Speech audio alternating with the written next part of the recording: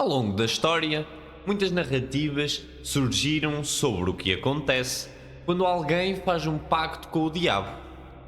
Uma das mais antigas e conhecidas é a história de Fausto, um conto alemão que mistura lenda e misticismo. Entretanto, um dos primeiros relatos documentados de pactos com o diabo remonta a Teófilo de Adana, conhecido também como São Teófilo, o Penitente. Ele foi arquidiácono de Adana e, embora tivesse a chance de ser nomeado bispo, preferiu manter a sua posição por humildade. No entanto, quando o novo bispo chegou, Teófilo perdeu o seu cargo e, em desespero, recorreu a um necromante. Teófilo foi induzido a renunciar a Cristo e à Virgem Maria, assinando um pacto com o seu próprio sangue. Após isso, ele se arrependeu profundamente e orou à Virgem Maria, pedindo a sua intercessão. Ele fez um jejum de 40 dias e um dia encontrou o contrato sobre o seu corpo. Pedindo ajuda a um bispo, o pacto foi destruído. A partir daí, Teófilo viveu em penitência até o fim de seus dias. Ao longo dos séculos, muitos outros casos de pactos com o diabo foram registrados. Um exemplo menos conhecido, mas também relevante, é o de Francisco Barbosa, um alegado feiticeiro português do século XVIII.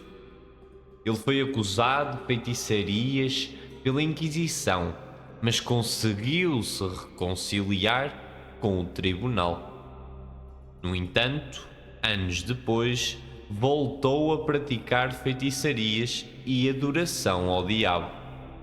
Francisco foi denunciado e, em 1735, acabou sendo executado na fogueira.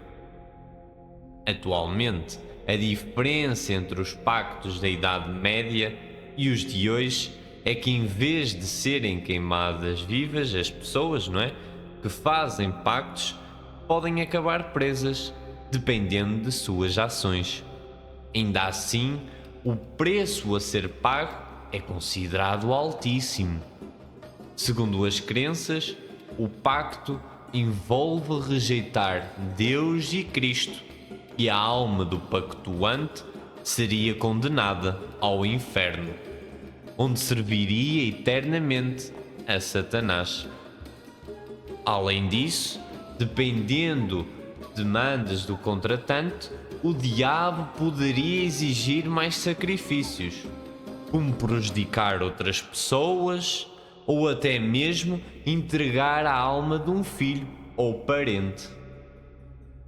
O espiritualista Emanuel Swedenborg escreveu sobre a influência demoníaca, descrevendo que no início os demónios fingem submissão, fazendo com que a pessoa acredite que tem o controle da situação.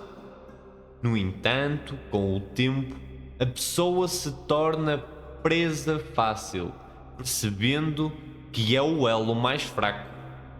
Isso ilustra o perigo de ceder à tentação de fazer um pacto. Quando se fala em pactos com o diabo, muitos podem perguntar: e os ateus? A resposta é muito simples. Para aqueles que não acreditam na existência de Deus ou do diabo, o pacto não faria sentido. Normalmente, quem se arrisca a fazer um pacto está em uma situação desesperadora, buscando riqueza, fama ou amor a qualquer custo. No entanto, para aqueles que acreditam em Deus, o preço de um pacto seria uma condenação eterna, com consequências não apenas após a morte, mas também em vida. Freud, o famoso psicanalista, interpretou essas atitudes de que recorrer a pactos como um tipo de neurose demoníaca. Em uma das suas obras, ele cita o caso de Christopher Heisman, que, abalado pela morte do pai, fez um pacto com o diabo, pedindo que este ocupasse o lugar de seu progenitor. Durante um tempo, Heisman acreditou que o seu pai retornaria, mas ao perceber que isso não aconteceria, a sua saúde mental piorou, levando-o a um estado de neurose. Quando alguém se vê tentando a recorrer a um pacto, muitas vezes é porque já está emocionalmente e psicologicamente abalado. À medida que o tempo passa, os resultados não aparecem, a pessoa pode perder a sua estabilidade mental, caindo em um ciclo de desesperança. Além disso, o risco de perder a sobriedade e cair em um buraco profundo é grande, dificultando ainda mais o retorno a uma vida normal. Quanto aos casos de possessão demoníaca, o cinema popularizou a ideia de que o diabo pode dominar uma pessoa, tomando o controle do seu corpo e mente.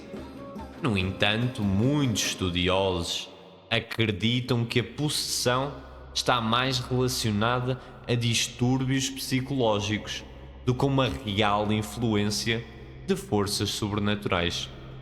Mesmo assim, o debate sobre o tema persiste, sendo um tópico controverso em muitas culturas.